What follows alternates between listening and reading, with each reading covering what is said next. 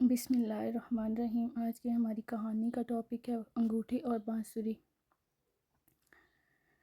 پرانے زمانے کی بات ہے، کسی شہر میں دو دوست رہا کرتے تھے۔ ایک کا نام عدنان تھا اور دوسرے کا نام مانی۔ عدنان ایک سوداگر کا بیٹا تھا اور مانی کا باپ شہر کا کوتوال تھا۔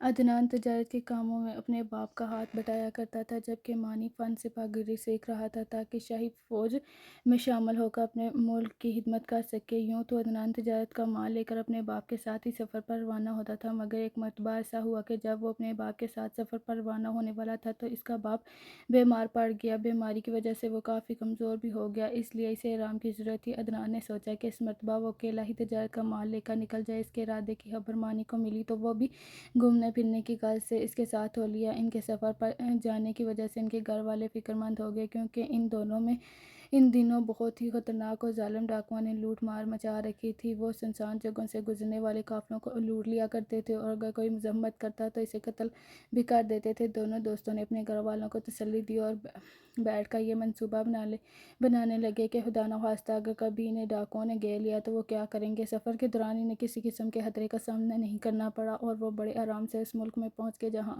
عدنان کو اپنا تجارتی مال فروخت کرنا تھا۔ چند ہی روز گزرے تھے کہ اس کا سارا سامان فروخت ہو گیا۔ اس تجارت میں اسے بہت زیادہ فائدہ بھی ہوا۔ وہ دونوں چونکہ جس مقصد کے لیے آئے تھے وہ پورا ہو گیا تھا، اس لیے انہوں نے اپنے گھروں کی واپسی کی تیاری شروع کر دی۔ انہوں نے اپنے گھر والوں کے لیے بہت سے تحفے تحائف بھی خریدے۔ سفر کے لیے ان کے پاس ان کے گھوڑے تھے۔ عدنان کے گھوڑے پر دو چمڑے کے تھیلے لٹکے ہوئے تھے جو سونے کے اشرفیوں سے لبالب بھرے ہوئے تھے۔ یہ اشرفیاں اسے اپنا مال بیچ کر حاصل ہوئی تھی۔ مانی کے پاس بھی چند سو اشرفیاں تھیں جو وہ اپنے گھر والوں کے گھر سے ساتھ لے کر نکلا تھا تاکہ سفر میں اس کے کام آ سکیں، اس لیے اس کے اشرفیاں اور تحفے تحائف کے تھیلے اس کے گھوڑے پر لدے ہوئے تھے۔ دونوں 2 دن اور 1 رات کی مسافت کے بعد وہ اپنے ملک میں داخل ہو گئے۔ اب ان کا تھوڑا ہی سفر باقی تھا جس کے بعد وہ اپنے گھروں کو پہنچ جاتے۔ اچانک انہوں نے سامنے سے دھول اڑتی دیکھی۔ ان کے کانوں میں گھوڑوں کے ٹاپوں کی آوازیں بھی آ رہی تھیں۔ اس دھول کو دیکھ کر اور گھوڑوں کی ٹاپوں کی آواز سن کر دونوں دوست گھوڑوں سے اتر گئے اور تشویش بھری نگاہوں سے ایک دوسرے کو دیکھنے لگے۔ تھوڑی ہی دیر گزری تھی کہ بہت سے گھڑ سوار ان کے نزدیک پہنچ گئے اور انہوں نے دونوں کو اپنے گھیرے میں لے لیا۔ وہ لوگ شکل و صورت سے ڈاکو لگتے تھے۔ ان کے ہاتھوں میں چمکتی ہوئی تیز تلواریں تھیں۔ سب سے آگے خوفناک شکل اور بڑی بڑی مونچھوں والا ایک لئیم شہیم شخص تھا۔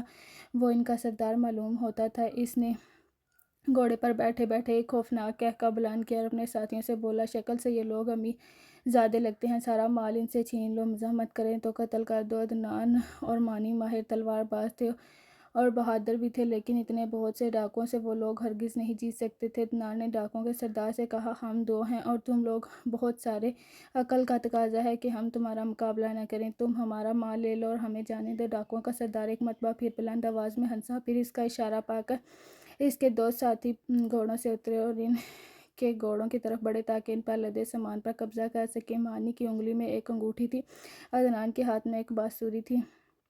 ڈاکوؤں کو آتا دیکھ کر اس نے یہ بانسری اپنے جیب سے نکال کر ہاتھ میں پکڑ لی تھی۔ جب ڈاکو ان کے تھیلے گھوڑوں سے اتار کر اپنے قبضے میں لے رہے تھے تو مانی نے اپنی انگوٹھی انگلی سے اتار دی اور زمین پر پھینک کر اس پر اپنا پاؤں رکھ کر کھڑا ہو گیا۔ عدنان نے اپنے ہاتھ میں پکڑی ہوئی بانسری جلدی سے اپنے لباس کی جیب میں چھپا لی۔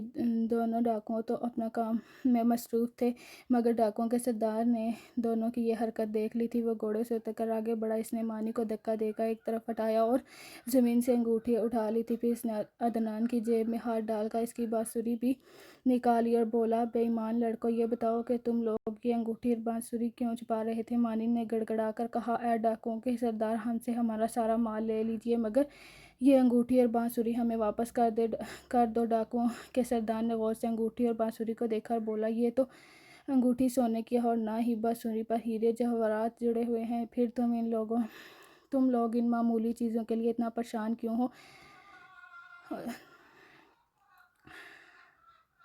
انگوٹھی اور بانسری کا ایک راز ہے۔ ادھر سامنے پہاڑوں پر ایک پرانا درخت ہے۔ اس کی پہچان یہ ہے کہ وہ جنگل کا سب سے پرانا درخت ہے اور وہ جھیل کے نزدیک ہے۔ اگر کوئی شخص اس درخت کے نیچے کھڑے ہو کر اس انگوٹھی کو انگلی میں پہن کر اس بانسری کو بجائے گا تو اس میں جو کچھ بھی ہوگا اسے دیکھ کر وہ شخص حیرت زدہ رہ جائے گا۔ مانی کی ساری باتیں سن کر ڈاکوؤں کے سردار کی آنکھیں چمکنے لگیں۔ اس سے وہ تمام کہانیاں یاد آ گئیں جن میں طرح طرح کی جادو کی چیزیں ہوا کرتی تھیں۔ مانی کی باتوں سے اسے یہ اندازہ لگایا تھا کہ انگوٹھی اور بانسری جادو کی ہے۔ اس نے انہیں اپنی جیب میں رکھ لیا اور دل میں سوچنے لگا کہ وہ جنگل میں جا کر اس درخت کے نیچے کھڑے ہو کر انگوٹھی پہن کر بانسری بجائے گا اور پھر دیکھے گا کہ کیا ہوتا ہے۔ دونوں ڈاکو عدنان اور مانی سے لوٹا ہوا سامان اپنے گھوڑوں پر لاد چکے تھے۔ سردار نے اپنے ساتھیوں کو وہاں سے روانہ ہونے کا اشارہ کیا۔ انہوں نے اپنے گھوڑے موڑے اور انہیں تیزی سے بھگاتے ہوئے نظروں سے اوجھل ہو گئے۔ شکر یہ ہوا کہ انہوں نے عدنان اور مانی کے گھوڑے اپنے قبضے میں نہیں لیے تھے ورنہ انہیں گھر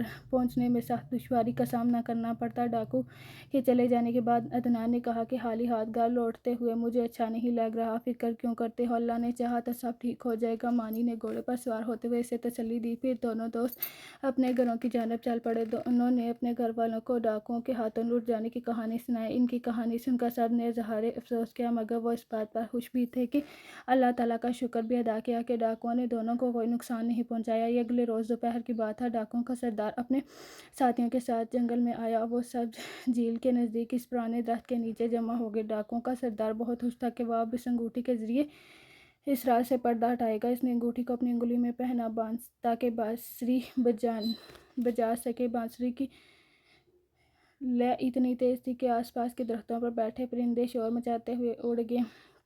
ڈاکوؤں کا سردار بانسری بجانے میں مصروف تھا۔ اس کے تمام ساتھی اسے بڑی حیرت اور دلچسپی سے دیکھ رہے تھے۔ اچانک قریبی درختوں پر سے بے شمار سپاہی کود کر زمین پر اترے اور بے خبر ڈاکوؤں کے سر پر پہنچ گئے۔ وہ بہت سے سپاہی بڑی جھاڑیوں میں چھپے ہوئے تھے۔ وہ بھی باہر آ گئے۔ ان سپاہیوں کے ساتھ مانی کا کوتوال باپ بھی تھا۔ سپاہیوں کے ہاتھوں میں تلواریں تھیں۔ انہوں نے تمام ڈاکوؤں کو گھیرے میں لے لیا۔ ایک تو ڈاکو بے خبر تھے، دوسرے سپاہی اتنے زیادہ تھے کہ ڈاکو ان کا مقابلہ نہیں کر سکتے تھے، اس لیے وہ بڑی آسانی سے قابو میں آ گئے۔ سپاہیوں نے ان کی تلواریں اور خنجر اپنے قبضے میں لے کر ان کو گرفتار کر لیا۔ اسی وقت جھاڑیوں کے پیچھے سے عدنان اور مانی بھی نکل آئے۔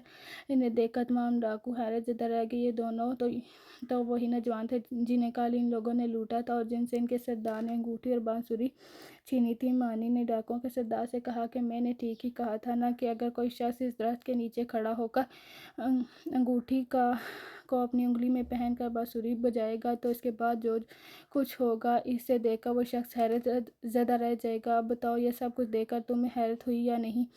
اس کی بات سن کر عدنان مسکرانے لگا۔ مانی نے پھر کہا ہمیں پتہ تھا کہ ہمیں باتیں سن کر تم ضرور اس جگہ پہنچو گے تاکہ انگوٹھی اور بانسری کے راز سے واقف ہو سکو۔ میں نے اپنے ابا جان سے کہہ کر ان کے سارے سپاہیوں کو درختوں اور جھاڑیوں میں چھپا رکھا تھا تاکہ تمہیں گرفتار کر سکیں۔ عدنان نے ڈاکوؤں کے سردار کی طرف دیکھتے ہوئے کہا جب ہم لوگ تجارت کا مال لے کر اپنے سفر پر روانہ ہوئے تھے تو ہم نے منصوبہ بنا لیا تھا کہ اگر ڈاکوؤں سے واسطہ پڑ گیا تو ہم انہیں انگوٹھی اور بانسری کی کہانی سنائیں گے تاکہ جب وہ اس درخت کے پاس آئیں گے تو سپاہی انہیں گرفتار کر لیں۔ تم لوگوں نے بڑے عرصے سے اس علاقے میں لوٹ مچا رکھی ہے، اب تمہیں اپنے کیے کی سزا ملے گی۔ اگر تم لوگ لوٹ مار کے بجائے محنت مزدوری کر کے اپنے پیٹ پال رہے ہوتے تو اس ذلت سے دوچار نہ ہونا پڑتا۔